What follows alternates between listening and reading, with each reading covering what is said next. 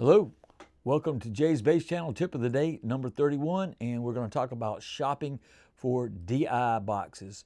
DI boxes are obviously items that take the signal from the bass guitar and send them to the PA system or to your recording mic preamp, and also splits out the signal so you can run the signal simultaneously to your bass amp. And what we have here is basically two categories. You have your active and your passive. We have three passives and one active right here. And the passive ones use a transformer to balance the output and turn it into a microphone signal. And the active ones use the 48 volts coming in from the mic preamp to use circuitry to balance the signal. What is the difference in sound between the two?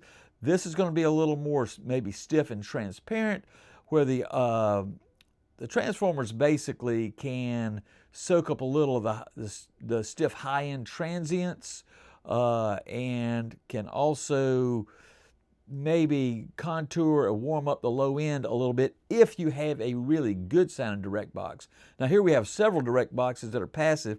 Now this is a cheaper direct box. It's kind of your old school cheap $40 direct box. It passes a decent signal, but you get something a little more expensive like this Radial Pro DI, and it's going to have a much rounder, bigger low end. And then you go up a notch with Radial and get to this one, and it's actually going to give much more general detail.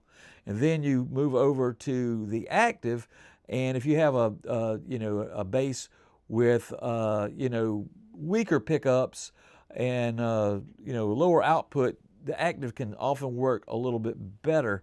If you got a really super hot active bass, sometimes you'll use these passive ones and you'll use the pad to turn down the output. Another feature that's always on a direct box, and you've got to be sure it's got a ground lift, because as you know, when you hook your bass into the sound system and plug it in your amp, you get that big hum.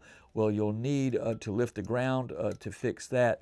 So those are basic features that you need to have. It's good to have a pad, especially if you have an active bass.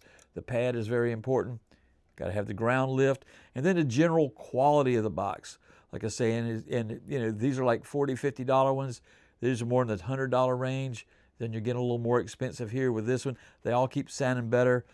This one is good for active, and there are other boxes out there as well. These are just the ones that I had handy, so I'm using them to show you the basics. So hopefully that helps you selecting a direct box.